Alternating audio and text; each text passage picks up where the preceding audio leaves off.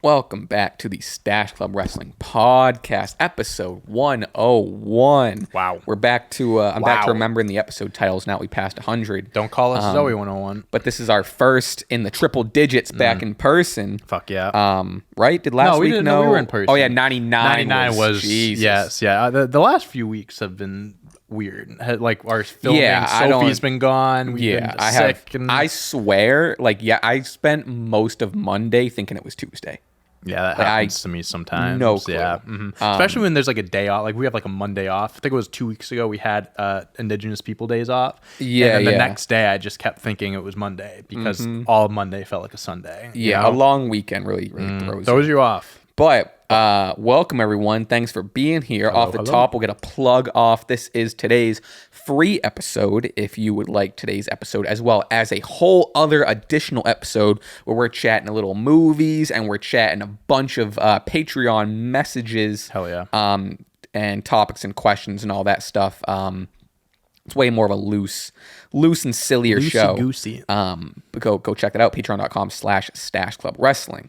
With that said, we have a lot to go over. It was we were talking about before the podcast, pretty just regular week, but there's still stuff and implications going into Crown Jewel. We do have NXT Halloween Havoc. Yep. We're going to talk about, light predictions. It's not for the title or nothing crazy. But light predictions. Some Bloodline, some new Bloodline. Some Bloodline stuff with Jay and whatever. Absolutely. But let's start at the top as we are the last podcast to talk about it. The Motor City Machine Guns. Yes. Debuted on SmackDown, defeating Los Garzas and A-Town Down Under. Match in general was great. I thought Motor City Machine Guns looked fucking awesome. Amazing. Admittedly, I just don't know that era of TNA. Kind of eludes me. I just wasn't paying attention as a kid. Sure.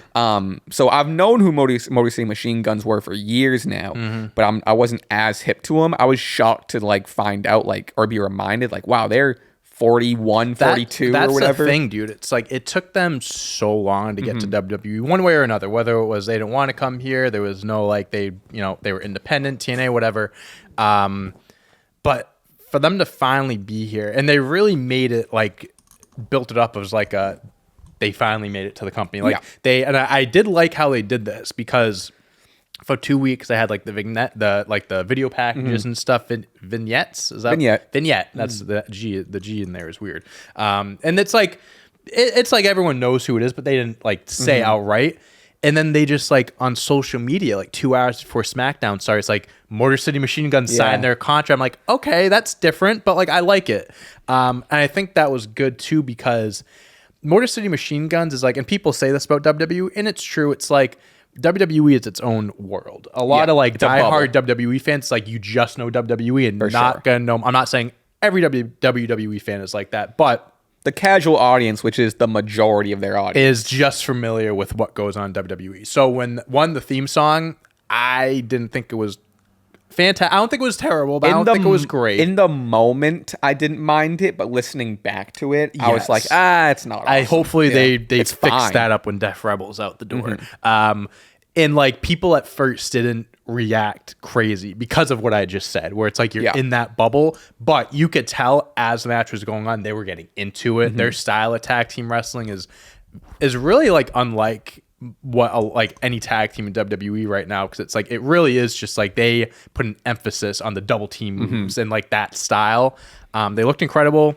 I've known them. I've watched TNA tiny bit, probably 09, 010 I started, because that's when Jeff Hardy went over there, so I just naturally started watching it. So I've been familiar. Both of them have single success, but at the end of the day, Motor City Machine Guns as a tag team of our generation, one of the most slept on, underrated, best arguably tag teams of our generation. I liked that commentary was really playing up these guys are the reason that tag team wrestling today is what it is. I forget who said it, but one of the commentators Motor City Machine Guns is your tag team's favorite tag team. Yeah. I love that. I thought that's so true. Which I get the arena crowd doesn't super get that context, right. But I think that helps sell it to the home crowd of these guys are the reason why we see teams like a Street Profits or, any, I'm blanking now, but even the teams they face, there'd be no Los Garzas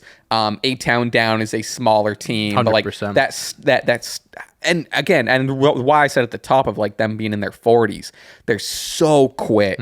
They were so agile in the ring. It's like they were 25. And this is like a perfect time for them to come to the company too, because I feel like if they came over years ago, tag team wrestling is already in the dumps now as it is, but years ago it was even worse. So I don't think they would have. I feel like we're on a rejuvenation of it, especially with the impending. I mean, I know the Ray Fenix stuff is kind of a wishy-washy, but like I see that their plan was definitely bringing Motor City Machine Guns around the same time, bringing Lucha Bros, and kind of rebuild this tag team division. And also this A-Town Down Under, I don't have much to say. I think they're a solid, like, I would even start to get. They're both very talented, obviously. I don't think they're awesome. Los Garzas, though, they went out there being like, oh, we know like Motor City Machine Guns are here. We haven't been on TV in forever. They use this as an opportunity to be like, hey, we're here too. They're great too. They're so Angel Garza. I mean, I remember back in the pandemic. I mean, when he was in like NXT and stuff, and then when he got called up during the pandemic, I mean, people were saying this guy's gonna be the next next best like Mexican wrestler. Like people were comparing him to guys like Eddie and Ray, and it's like he just never got it going. They've always kind of been say the same thing for Humberto too. Yeah, like when he came in, he had a lot of fire behind him. 100%. Like they're both have a good history of like tag team wrestling, and like even like Angel Garza being on his own, and they are one of the more like like they're a legitimate tag team. So it's like they should use them more because of that legitimacy and stuff. I hope after seeing this performance, maybe there's like a light, especially with the, rejuvenation of the tag team division. Hopefully like there's also as much as there's an emphasis on the Motor City Machine Guns and the current teams that are running shit, like, the Profits have always been prominent. DIY won the triple threat match. I don't want Los Garzas to be swept under the rug. Let's kind of, And the thing with the tag team division being in the dirt, it doesn't really have anything to do with the talent or who they have. It's just about the writing and the stories and how much time they get and everything. So they have the talent. They have enough people there to make the tag team division prominent. They just have to use them the right way. And I think like 2 triple threat tag team matches on this show, kind of setting up the tournament and stuff, I think that's a good way to kind of showcase all those teams and give them all like, prominent TV time and all that. What was the it was DIY Street Pretty Deadly. Yeah, and that's another fucking team. Also, and they went, Pretty Deadly is definitely in the same boat as Los Garzas. Is like, again, 2 unbelievable talents. I loved the ending of this. Yes. Where DIY and Street Profits both got the pin on Pretty Deadly, but the legal, like whoever was the legal tag team member and like whatever, thought that was clever. Clever ending. So we have over on the SmackDown side, it's Motor City Machine Guns and DIY advancing. And then we'll talk how we'll kind of get there to the Raw side of there's another great match. I guess it was a couple great matches. That match is going to do something to me. It's going to make me believe in the tag team division again. Which one? Motor City Machine Guns versus DIY. Oh, yeah. Is that scheduled for next week or tomorrow, I guess I should say? Yeah, tomorrow. Yeah. That's going to be a crazy match. All right. We'll jump. We're going to jump back to the tag team stuff later, but we'll go to Cody Rhodes and Gunther. I don't have much to say about this. They had a little promo. They hyped up the Crown Jewel Championship. Or my note here really is Cody Rhodes hyped up the Crown Jewel Championship as much as he could. Yeah. He like offhandedly mentioned like, I need to win this so my daughter remembers my legacy. Yeah. I was like, what? Yeah, I literally just looked up Cody Rhodes Crown Jewel, and the first tweet that comes up is you. I don't think Cody Rhodes' daughter is going to give a shit that he was the inaugural Crown Jewel champion. I speak for yourself.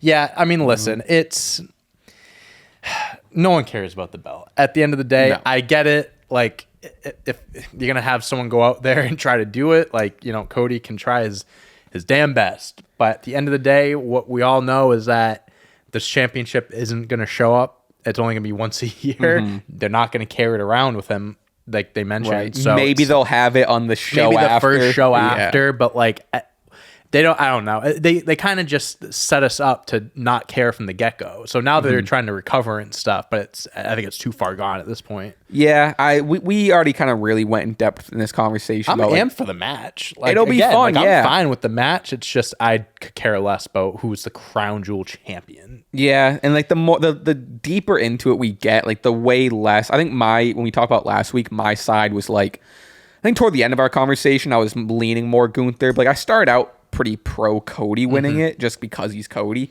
But the more we get into it and the deeper I could still see either man winning it, but like, if we're just keeping on the Gunther accolade train going, like, just give it a Gunther. We mentioned it last week about how like giving those wrestlers their like little like wins and stuff, so it's like on their resume, whatever. But it really doesn't mean anything. 12 years later, when two guys do a guess the wrestler by their accolades, like and if you look up like I'll show you this because I found this out a few weeks ago. So like back like a Saudi Arabia show years ago, it was like 2020. So this is like people fucking forget about this shit. Yeah, but big time. They did it was like not I want to say a tournament, but it was like what do they call the match? It was like a gauntlet match. Like two people start, someone finishes, that person keeps going, whatever. And it was for hold on, let me find it. It's called the nope, that's not it. It was like a trophy, like a Saudi Arabia trophy. That why can't I find it? It was in 20. I am so sorry if I mispronounce this. The Two-Wake Mountain Trophy. This is from Super Showdown. Got a picture of it? I don't. I click on it and it goes to the show. Oh, it's the Super Show. So it's just a trophy, whatever. But that match set up AJ Styles, Undertaker, because AJ was the last guy. Undertaker came out and like did a choke slam, tombstone, pinned him, and that was it. But like people don't remember that because it was just like remembers that tournament or that trophy. So that's why I think this championship is gonna essentially be like. Yeah, I could see. I think there was a report that came out that was like WWE does have plans for Goldberg. This could also which is I guess is a reason why Cody could also win, because I think in that same vein of ultimately who gives a shit about the title, let's just set something up right now. Especially with that said, I could really see Goldberg coming in, costing Gunther this title that he so desperately wants to win. And it's like, and Cody gets the win, and Gunther and whatever Goldberg gets set up. And to that, like we can make this like just as strong of an argument that Kevin Owens will come out and cost Cody. Yeah, like this match, I feel like it's gonna be a great match, but I do think this could be a setup match. It's gonna be something weird. It sets up stories, whatever, down the line. But yeah, I don't know. I'm looking forward to the match, but all the other details I could give a shit about. Yeah, like I said, we went in depth last week about who we thought is going to win, and I don't know. I want them to just come out now and talk about how they're going to kick the shit out of each other, and not about how they're going to fight for a belt that neither will carry with them. All right, we'll go to some Bloodline stuff. Jay did show up on SmackDown. He did confront Solo. And he's even like, "Hey, little bro, like, oh, look at you," and da da da. Goes up to do the Yi. Goes, go ahead, do the Yi, get it out of your system. And then later in the night, Bloodline ended up standing tall, but no Jay in sight. No Jay in sight. Don't blame him. Yeah, so Bloodline start the show. Jey Uso came out. I want to give Solo his props because I think the last few weeks, the last month, his character is really taking a step forward. For sure. Just he's gotten better. I feel like it's just a little bit more natural. Like he's a little bit coming out of his shell, a little bit more funny, kind of like not. He just seems more. He's kind of gotten that swag to him that I think's been missing from his like confidence, and not to his like fault, but like he was given such a prominent role that I don't think he was ready for at the time. So I think he's starting to catch up a little bit. But I meant like he was like, "Go ahead, like I love that little comedy aspect. Like those little things was a nice touch." But yeah, I mean that as soon as that thing was over, that segment, I was like, so that's how Jey Uso is going to lose the IC title. Right. So and they were like, they're not going to get involved, but ultimately that's how that set up. So I thought I had that written down. I had that written down somewhere. I don't know where that is. Yeah, anyway, good segue to that kind of story does bleed over onto Raw. We had Braun Breaker versus Jey Uso, and what I thought, I had a ball. It was a great match. I think it was a good match. I think it was their best one. I really did. Yeah, it was definitely better than their last one. Good false finishes toward the end. Braun Breaker, like they sold Braun Breaker killing Jey, but Jey also really standing on his own. Yeah. And then Bloodline makes their presence felt. Like, I got tickets, which a lot of people can't say about the WrestleMania tickets that went on sale. Oh boy! And yeah, I heard some crazy shit about that. And yeah, I mean they made their presence felt. You get it. Jacob Fatu and Braun Breaker. The Jacob Braun face to face. That's what I was like when that segment was going on. I was like, just give me that. Just give me the little. Have to have them staring at each other. Look each other just a little. Yep. Which is a money match. Yeah, and then they ended up costing Jay the Intercontinental Championship. Braun Breaker stood tall, kind of came off the distraction. Bada bing, bada boom, super spear. Braun Breaker's back on top. Jay's back in the Bloodline story. I think that's how it works. You can't ask for much more. Yeah, it was. There was like back and forth of like, because I tweeted after this segment, I said like, oh, like that's how he's gonna lose the belt. And people are like, well, maybe Jimmy will come out and help him, and like that's how he kind of gets back in there. So I'm like, okay. People are saying we called it. But ultimately, like, I think this is the best way. People are questioning why they even gave Jay the win in the first place, and it's like, we complain about long title reigns and stuff, and it's like, yeah, this was a shorter title reign, but like at the same time, people complain about we don't have those shocking moments and those title victories, and like, would we have liked Jey Uso to have the title longer? Of course, but I do think he will win a singles title, whether it be that or World Championship again one day, and he'll have a much longer reign than that. But you gave him the moment. He gave Braun the belt back, so he's a 2-time IC champ. So it's on the resume, it looks good for him, and it gets the Bloodline story back in flow. And you can make the argument like, well, like, it kind of makes Jay look this and that because he was the champ. Now he has to fall back with them. I get that, but I think I definitely disagree with that. I disagree too, because I think the greater purpose, the grand, bigger picture here, I think it's going to benefit Jey Uso more than if he held on to the IC title longer. And another thing we didn't mention was after the SmackDown segment. Well, before you jump over to that, I was just going to say, kind of bouncing off what you were saying, you touched on a little bit, was I think, sure, again, you can argue like, oh, we didn't have it long enough. Like, I think it does a couple of things. Like, one, you get that, like you said, that feel-good moment. Jey Uso finally gets an IC title. I think it was worth it even for that night alone. The crowd was... Yeah, it was an amazing moment. You had... You get that run. You can say you did it. And then one, I think because of the distraction, you get now Braun Breaker back on top. Braun Breaker's like... even if you were like, in kayfabe, he lost Jey Uso. Right. Some credibility takes a dip. Sure. With the distraction, Braun Breaker is back to being that guy. Like you said, now on paper, he's a 2-time IC title. He's back on top. I think we're going to get this now run that we thought was going to happen originally. A few months this is the run.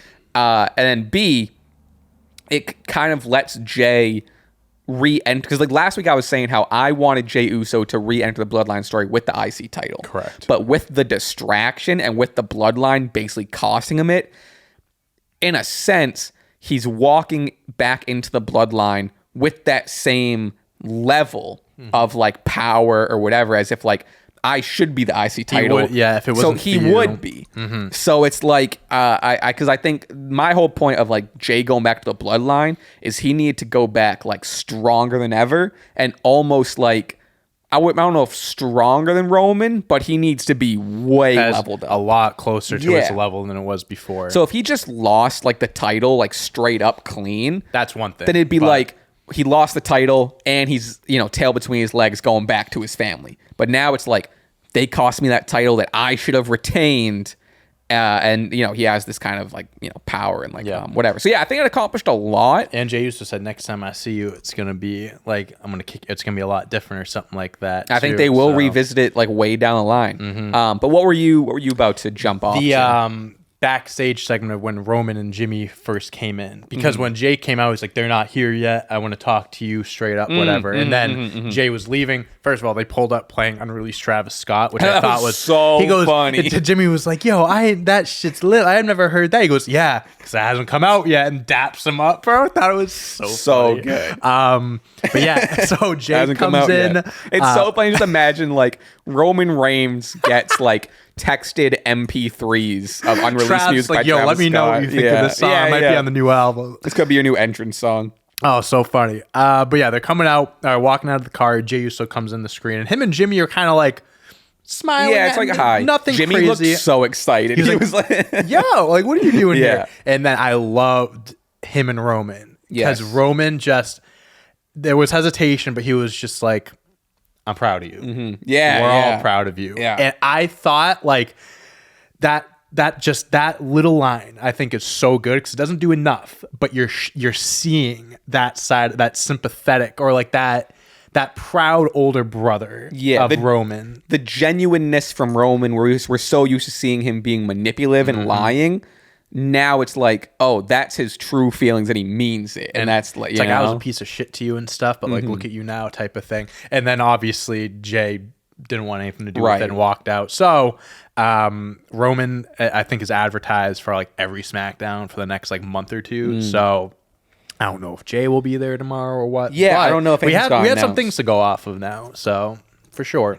All right, let's go to Seth and Bronson Reed. Fighting all night. Yeah, I thought it was a really nice touch to start the show, and they kind of brawl all throughout the night. Bronson, when he went through the announce table, Bronson Reed with a tsunami, boom, just bounced. And then even backstage, them just tossing each other around right before Adam Pearce says, "I was gonna give you it." So we got Seth and Bronson Reed, crown jewel. Yeah, I think just as of now, it's just straight up 1-on-1. I mean, they're gonna. They should add like a false count anywhere stipulation. I think that's something like that. Usually when you do like a brawl or like a preceding the match, like someone goes through a table or someone whatever, it's like that's a hint of like, oh, they're gonna go into a like you said, false count anywhere. That's a like feud whatever. That definitely deserves some sort of stipulation. Yeah. No, I mean, listen, I think this is a great way to put a bigger spotlight on Bronson Reed. And when he attacked Seth Rollins a few months ago, that kind of really put him on this like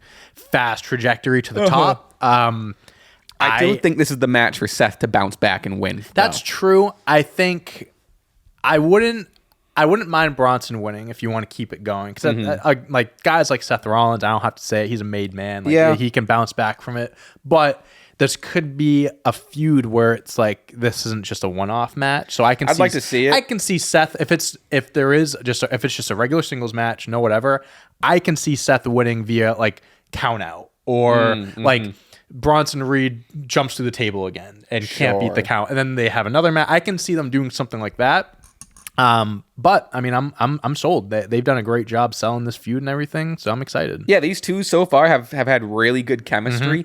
I think it will take this first like straight up match to really see like, you know, as much as I would love to see like, you know, the best of three or like whatever. You know, we'll see how this first match goes, and then it's like, oh, these two can fucking go. Yeah, fuck it. They Give us another best of three. They could wrestle, and it's like, I don't know. We can kind of end it there, but yeah, that'll be fun. It's a fun one to add to the Crown Jewel card, right? 100%. What he said, during the show, during one of the brawls, he goes, "I'll make you famous," kid, "I'll make you famous, kid," or something like said, something along those lines. That was good. A good line, which is true because it's like he is putting, like you said, he is putting the spotlight on Bronson Reed.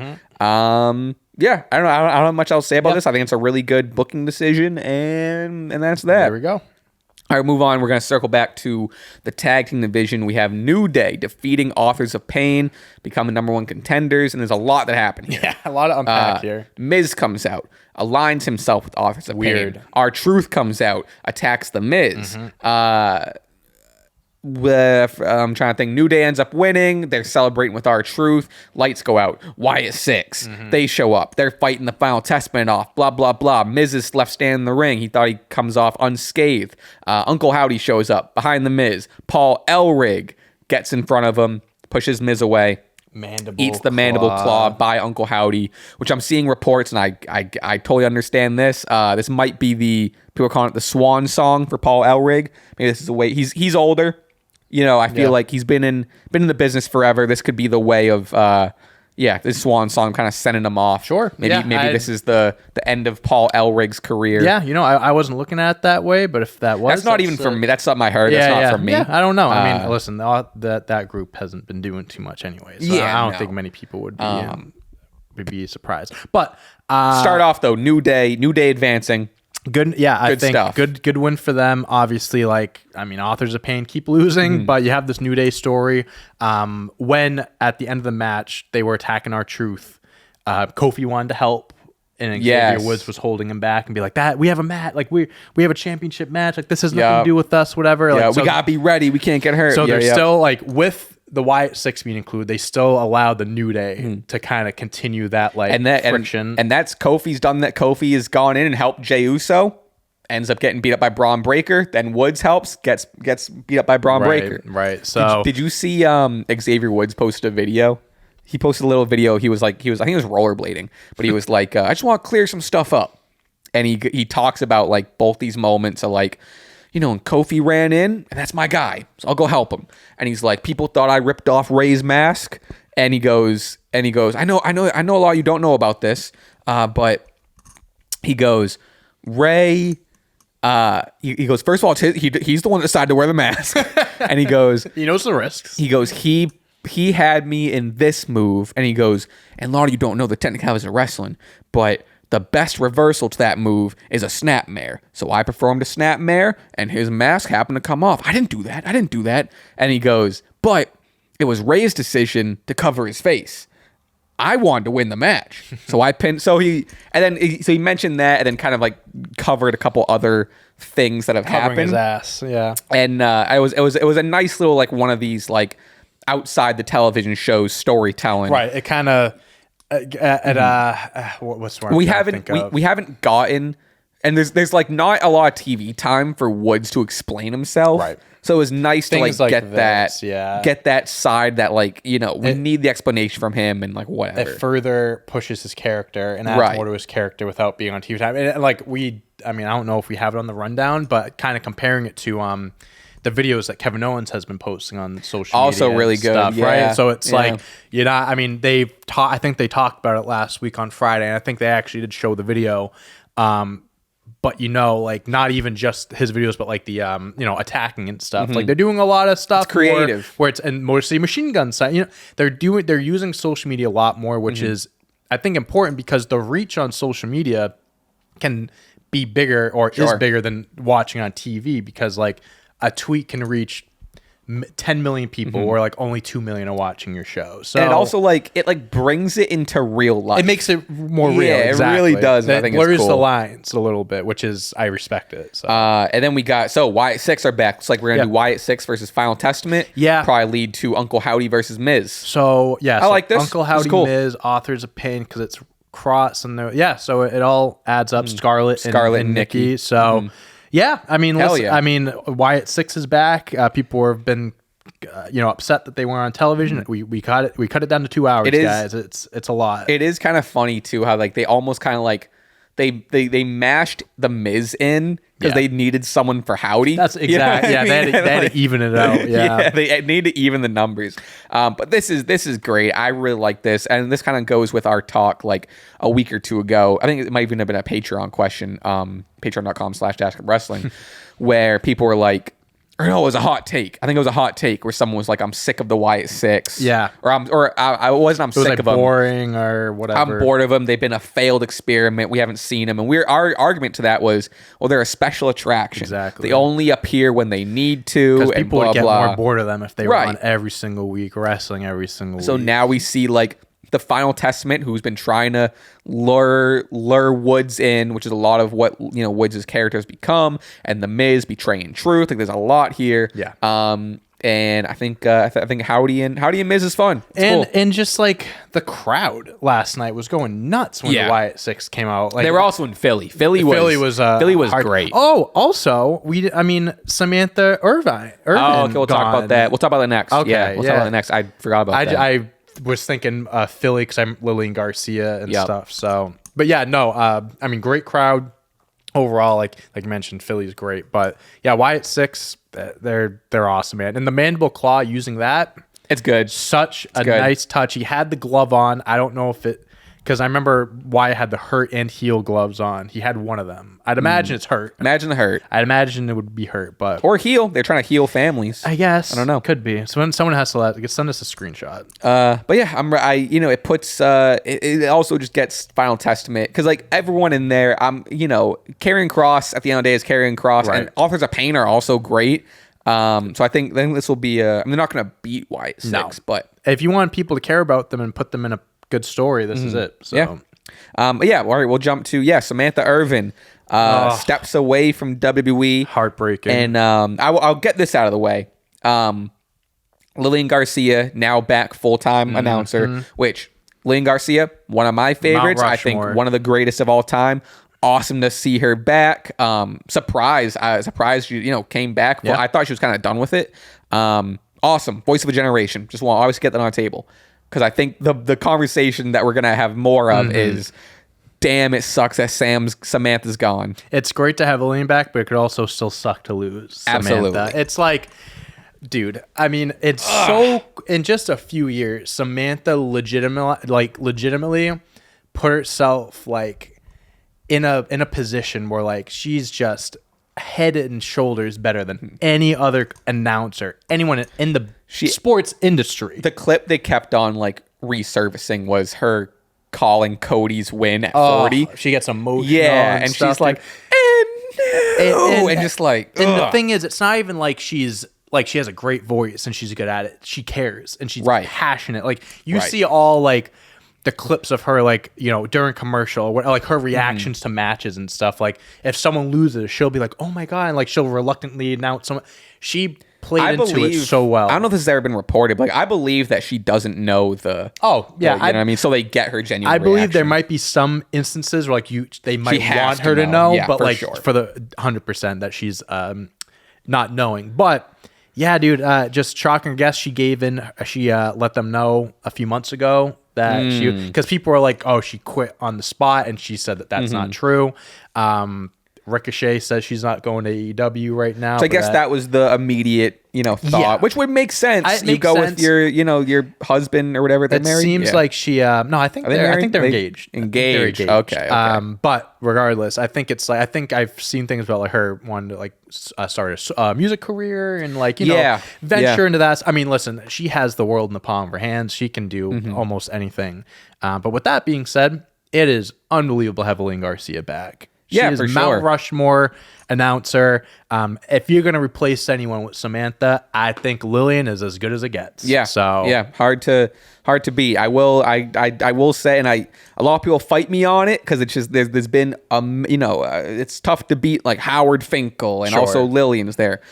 I've made this claim before. I think Samantha's the best to ever do it. I really do. If Bruce Buffer is tweeting out how upset he is that she's no longer working WWE like that, that says something. He's the GOAT. So. I could see her Buff Bagwell. You mean? Who'd you say? No, Bruce Buffer. Bruce Buffer. The boxing. Let's get ready to rumble. Oh! I didn't know that was. Didn't know his name. Yeah, Bruce Buffer. I think that says there's another Buffer. I think it's Bruce Buffer. Yeah, Bruce. Oh, Bruce Buffer is the UFC guy, but his brother. Oh yes, Michael Buffer is the other guy. Oh, he's the Let's Get Ready to Rumble guy. That's Get Ready to Rumble, okay, and then Bruce Buffer's MMA. UFC. Got it. It's time. Yeah, yeah. Do you know the story about them? How they found out they were siblings like when they were like in their 50s. Really? So first of all, they're both announcers.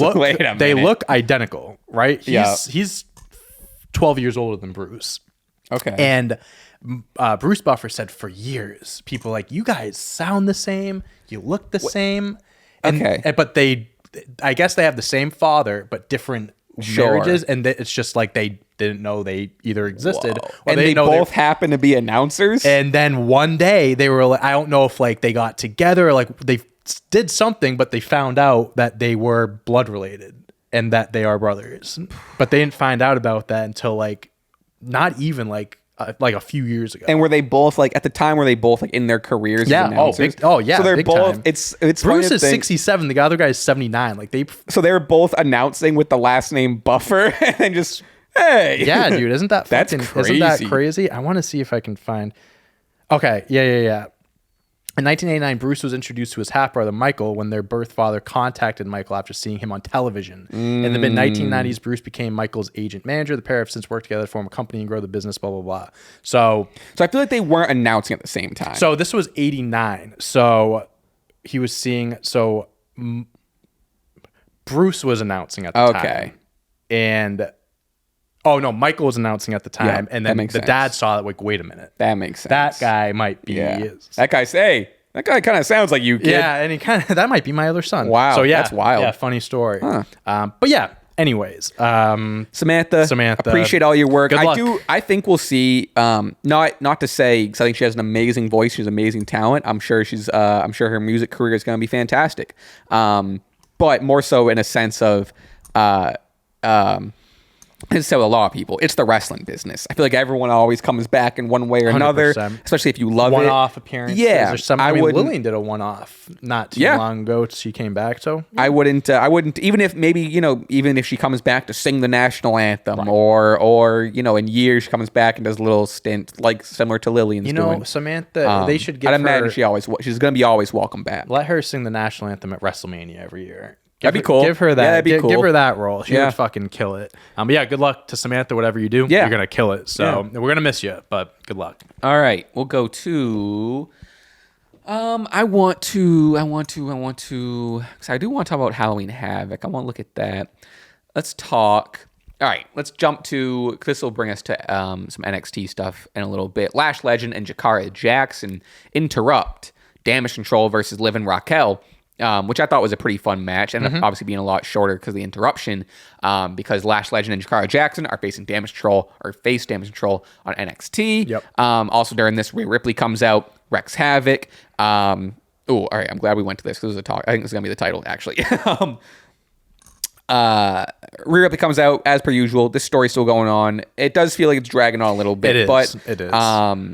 What I did like is Dom made the classic Liv save, whatever, but there was a little Dom Rhea. They got, a little, I think Rhea threw him out or something like that. I think she put him in a move and then... Liv grabbed him, that's what it was. Yeah. But, so regardless, there was that moment, and now I'm seeing, I don't know if you want to call it reports. I've seen... Maybe speculation of, at least there's been at least a grain of a thought of maybe Dom and Rhea actually happening. Listen, I would love to see it. I've been saying that for a while. I think they need to. People have different opinions when it comes to like intergender wrestling and stuff like that, and whether their beliefs of whether it should stay, keep it man versus man, woman versus whatever it may be. But if you're gonna fucking do it, man, this is the perfect instance for it. Like, I mean, I don't think I don't think there's anything wrong with like the intergender wrestling match in general, but like I can't think of a better opportunity to do it here. I think it would be so good. People want it. Whenever Rhea puts her hands on Dom, they go crowd crazy. Goes like people hate Dom so much. Let Rhea beat the shit out of him. It's obviously, I think this was like part of like the report or the speculation I saw too, and I agree with it, is the feud at this point. We've done Rhea Liv. Right. I'm pretty over it. Yes. The real feud, and it's been the feud. It's not like this hasn't been the feud, but it's the one that hasn't been as prominent, maybe because of the intergender stuff, is Rhea and Dom. That's the centerpiece. It's the centerpiece. So I think, like you said, this is the best way to do it. I don't think they're not going to get an opportunity to do it in, unless they really like start doing intergender, which I don't think they will. Forcing it, pushing it. Yeah. This is the opportunity to do like the once in however many years. Natural. It's such a natural way of doing it too. And I don't want to, make this a defending intergender wrestling, but like I've seen intergender wrestling on the indies. Oh, yeah. And it's, first of all, it's a lot of fun. Second of all, it's, I think the worry, we were talking about how the biggest part of WWE's audience is the casual audience. So like, if it's a mom and dad watching at home with their 7-year-old kid, maybe they're not going to want to see, a man and a woman fighting. Right. I understand. Yeah. But first of all, most of the match would be Rhea beating the shit out of Dom. Dom would he'd get his moves in, shoulder, but he's not. Yeah, it wouldn't be anything crazy. And it's like, and me and you know this, and people that are like a little more into wrestling and the whatever of it, the weeds of it kind of know this. It's like, it is a sport and a piece of entertainment that like gender doesn't really matter, because obviously it's all choreographed, and the point is to get from A, hit these different points, and then get to B. Yep. And the art form of the sport is protecting your opponent and doing things safe. So it's like, as people who know it more of the art form, we understand that like intergender wrestling doesn't, because there's no real weight classes, and like, but I guess to a more general audience, I definitely understand why, it might be a little bit more middle America would not love it, Sure. But again, I mean, for the sake of, again, like naturally, it's a perfect thing for it, and also like, oh fuck, what was I gonna say? I lost my train of thought. Dom versus Rhea. It's gonna be more offensive for Rhea. Just for the story, like the story's dragging on. Right. I think the story is almost dead in the water at this point because it's just this. He brought in Raquel, but she hasn't really been doing anything. Rhea versus Dom is the only thing I think at this point that can spark it or whatever. It's the last bit of the story that, again, they've had a feud and they've had their promos and like Dom did what he did, but we need the match. We need the match. We need the blow up. We need Rhea to find. Also, like Rhea's hit moves on Dom. Like I think Rhea has hit a move on Dom. I could be wrong, but I do think there was a time during their tag team match or something like that. I don't know. I think it was more so just like a similar to this, where like an interruption or whatever. But like I think they've teased it. I think you can go all in. I don't know. It is a risk. I definitely see that. Listen, just do Dom versus Rhea and then do custody of Dom match. And just funny, do so Rhea wins and like Dom has to be like her personal like it would like whatever. Genuinely funny, which I guess like for the story, I guess like Rhea doesn't want Dom back, but for the story it would be funny to fight over like who's the boyfriend. You're back with me now, and stuff, but you're gonna be the one getting me coffee and shit. Actually, maybe that would she takes him back not as a boyfriend, but like as a I never saw the boyfriend. Now you're my assistant or whatever. Be like, no, I'm daddy. Yeah, there's a lot to go off. Yeah, there's some stuff you can do. But yeah, I agree. I think that's the next move. I don't really want to see more Liv and Rhea in terms of that. With Dom being the reason. I'm getting kind of bored of it now. Yeah.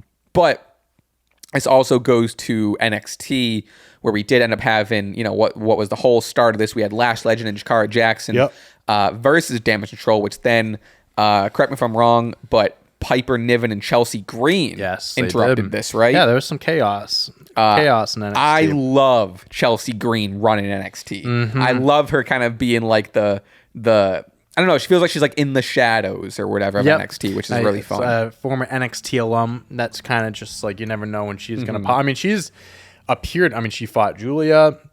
She had the NXT Championship match a few months ago, so she makes appearances here and there, and even like being prominent against Julia, her debut match.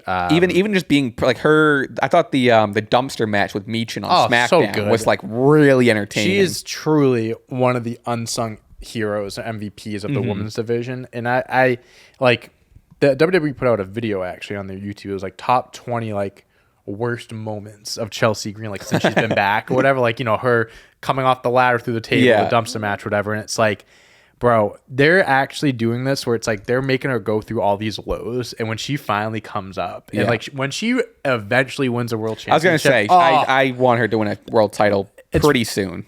Money in the Bank, I still think is going to be the perfect thing for her. I pushed for it this year. I'm happy that Tiffany won it too, but man, that would just be the best thing for her. I can't wait.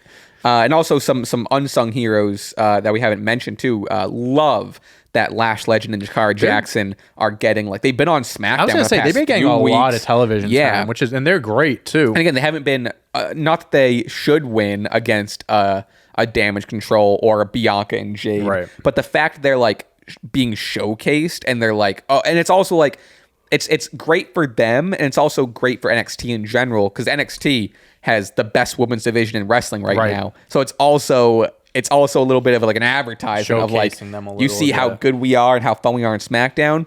We got a whole roster 100% of, you know what I mean? Yeah, no, it's cool to see them getting some TV time. And I think it's good too, because like the women's tag team titles are kind of like, advertised to be like they can be defended against Raw, SmackDown, or NXT. And it's like the NXT parts are really lacked.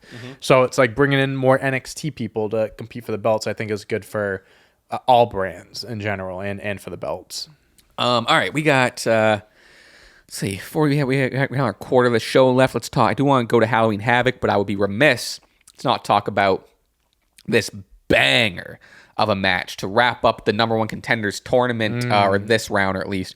LWO of Rey Mysterio and Dragon Lee defeated American Made. Yeah. I loved this match. This was a perfect, like, Rey and Dragon Lee as the smaller, like, lucha guys versus, like, the big, strong, and it also helps they're very agile guys. It was a perfect, like, good mix of Rey's athletes. always in the David and Goliath matches, and it's like his best matches.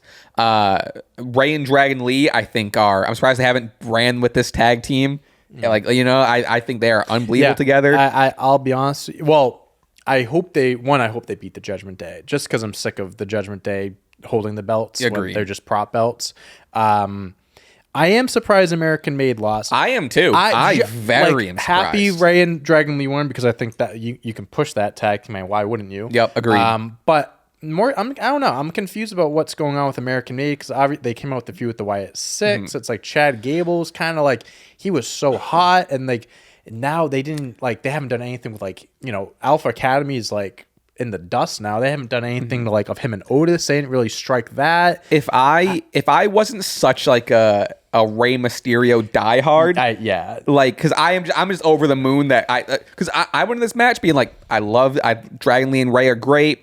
I understand Ray's more the veteran at this point, and I was like, it's a good win for American Made to get over on like a legend and whatever. And then they won. I was like, holy shit. So like, I'm a little blinded by my Ray bias, but I would even be pretty close to saying that American Made probably should have won this. It's just, I don't know. They're still very fresh. They're coming off the Wyatt Sicks thing where I know they lost, but they looked unbelievable in this match. They're so good. Especially, they're so good. Which one's the taller one? Is that Julius? I think so, yeah. Julius, and I'm not saying anything new, but Julius has been the one to look at as like, he's going to be the breakout in a few years. Brutus is also great.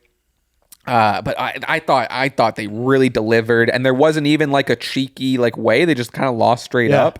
And no, I'm with you. I think that's a lot of the commentary right now is that like, hey, you have American Made, you put them against LWO, and it was great. They lost. What are you doing with them? Because Chad being with them still and not doing a whole lot, like you said. Yeah, it's just I don't know. Just the direction that they're going down is confusing. Because I feel like Chad Gable should still be like this prominent. I know they're in the group, but like solo guy that has American Made with him and stuff. He is very cooled off, and so cool. Yeah. It's like, I don't know. You look back at where he was when he was fighting Sami Zayn at Clash of the Castle, and where he is now. Again, like Otis was so popular. Free Otis, and they never even had a blow-off match between the two. And I know American Made's young, and like maybe you just don't want them to like be in the championship picture. Then you put yourself in a corner of like, well, do you want to put it on them yet, or like you don't want them to lose? But at the same time, it's like, I'm happy LWO won. That's great, but I don't know. I'm a little concerned over what they're doing with American Made. I still think that they can be fine and like they'll have something for them, but I don't know. I'm a little worried. Especially seeing their performance, how good their performance was. It was like, they probably should have went farther. They're so, yeah. But we'll see. We'll see what happens. All right, let's go to Halloween Havoc.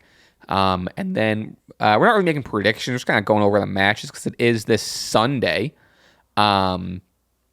And then I do want to squeeze in some AEW stuff before the end of the show, if time allots. But, all right, we got a lot of stipulations here. Yes. They're doing the whole spin the wheel stuff. Yeah, there's a lot of interesting matches here. So we have, I don't have much to say about it yet because the match isn't finalized. We have Kelani Jordan, the Women's North American Champion, versus either Fallon Henley, JC Jane, or Jasmine Nix. Yes. These are members of Fatal Influence. Yes, Fatal Influence. So. And then it's a spin the wheel, make the deal, spinner's choice. It's all TBD. I guess they're going to make the decision who's facing Kelani day of. I guess that's the wheel. What, I guess is that who will be. Oh, I guess the winner. I don't know. I guess their names are on the wheel. I'm not sure. I'm not 100% sure how they'll decide that. Because the wheel for other things are for stipulations. Matches, right. Yeah, I don't know. Either way. Because Halloween is Halloween Havoc next Tuesday. It's next Tuesday.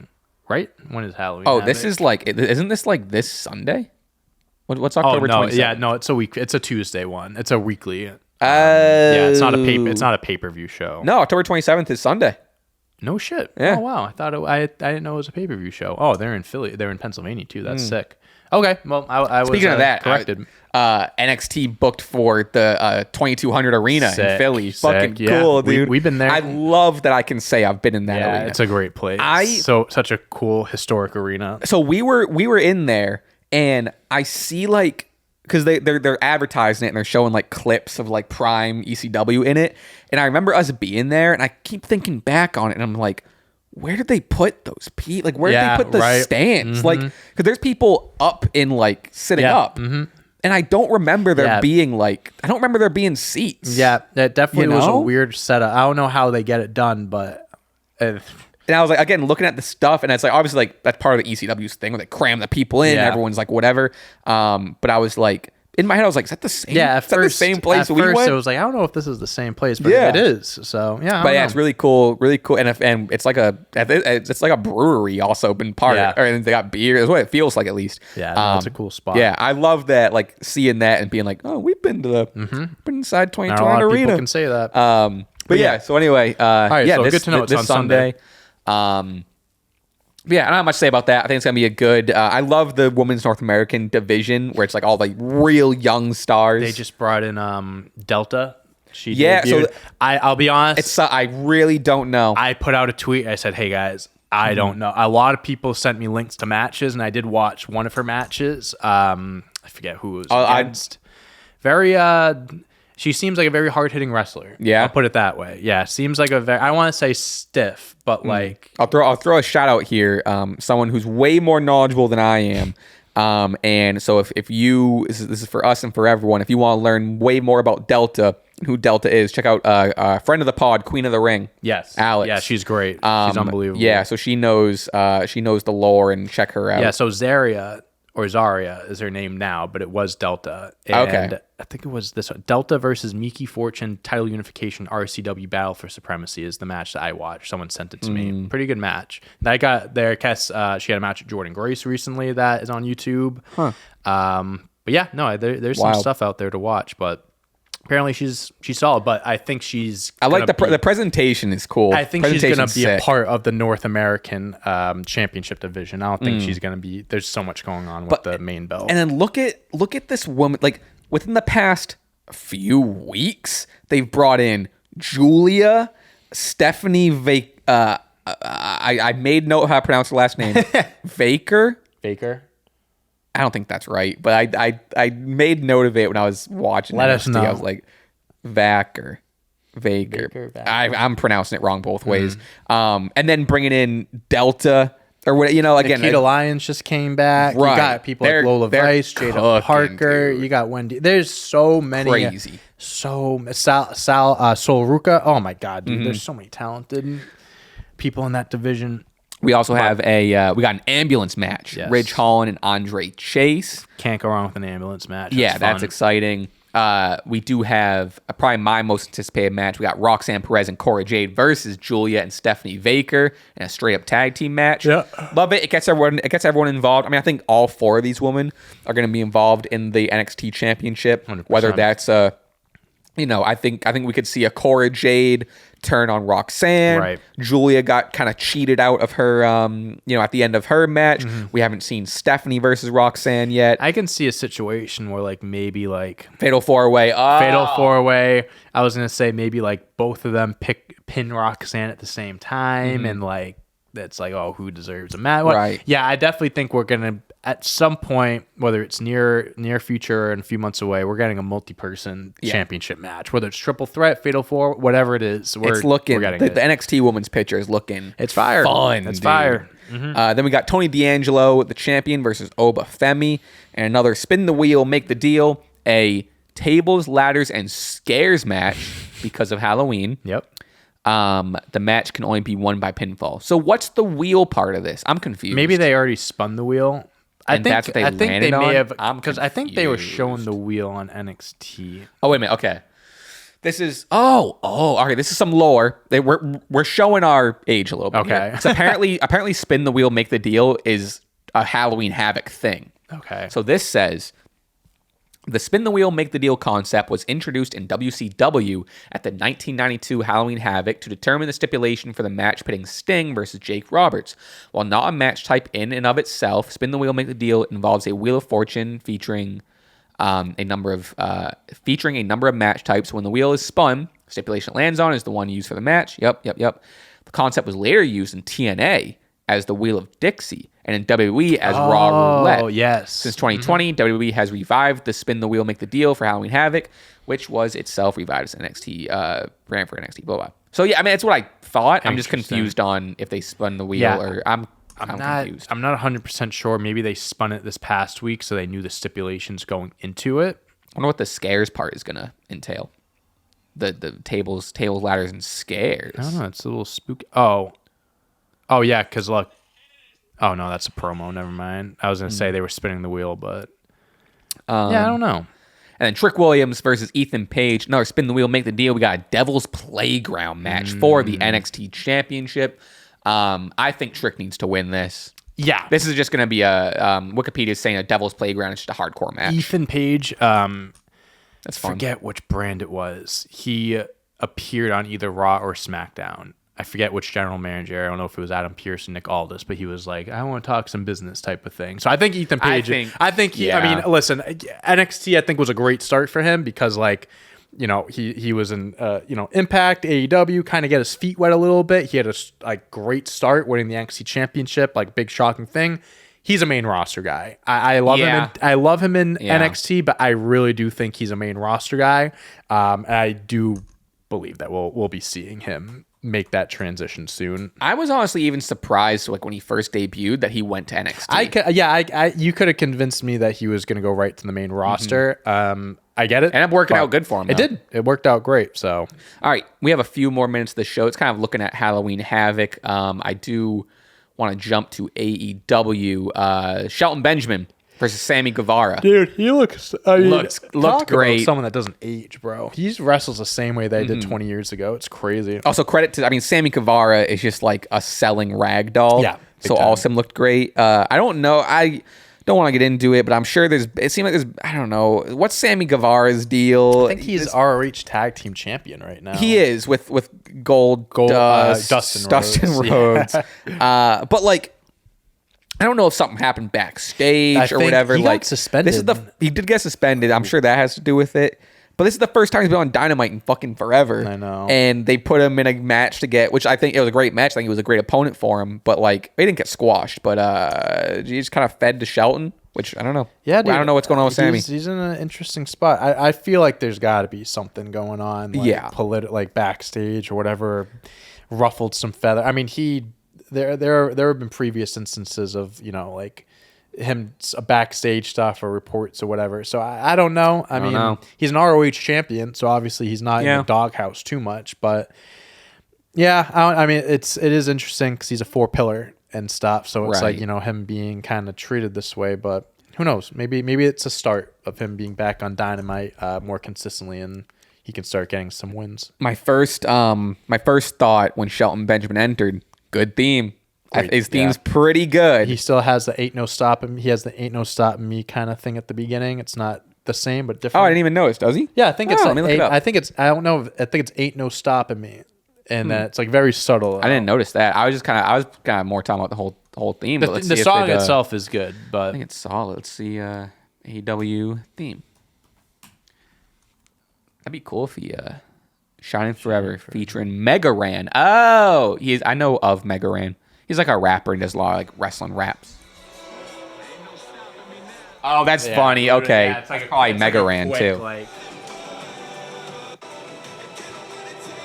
Yeah, it's fun. It's nothing like crazy, but I think it's very solid.